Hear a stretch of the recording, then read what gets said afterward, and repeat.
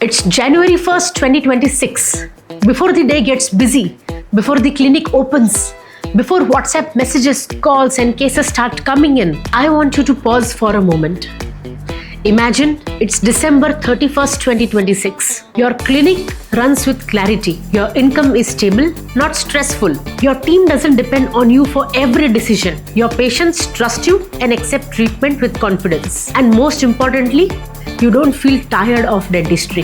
If that version of 2026 feels distant, let me tell you something clearly. It's not because you are behind.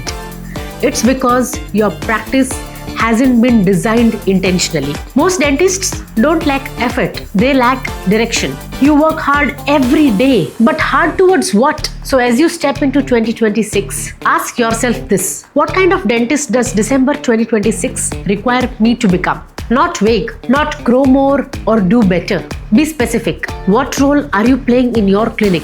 How many patients do you want to see daily? What kind of cases energize you? What should not be on your plate anymore? Because if you don't choose a direction in 2026, your clinic will choose one for you. And it usually chooses survival over growth. And here's a hard truth I've seen again and again. Dentists don't burn out from dentistry. They burn out from everything around it. So before you add new goals for 2026, audit what you're carrying. For 1 week, observe what drains your energy, what actually moves your practice forward, what are you doing simply because you always have. If something doesn't require your degree, your time, or your judgment, it doesn't belong with you in 2026. An 80% job done by your team is far better than a perfect job that keeps you stuck. If 2026 depends on motivation, it will collapse by February. Strong practices do not rely on memory or reminders. They rely on systems. 3 that matter deeply. First, design tomorrow before today ends. Decide that one thing that must move forward. Second, protect your highest energy hours. Don't give your best minds to admin and your leftovers to growth. Third, work in focused blocks.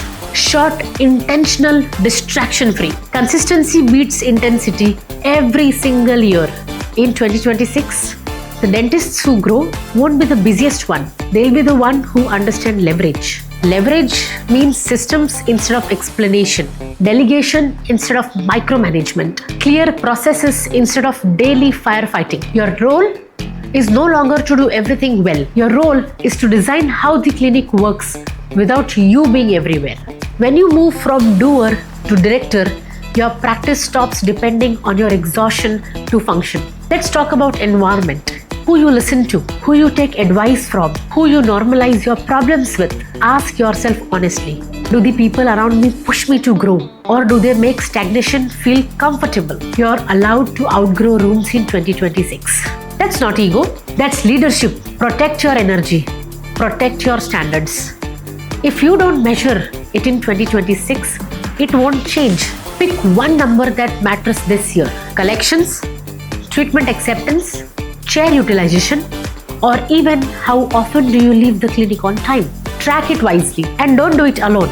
Accountability is what turns plans into reality. What gets measured gets managed. What gets managed improves. As you step into 2026, remember this: you don't need to work harder. You need a better structure. Dentistry is your profession and your clinic is your business. And you are its architect. Start with one decision today, one boundary, one system. Because when your practice levels up in 2026, so do you.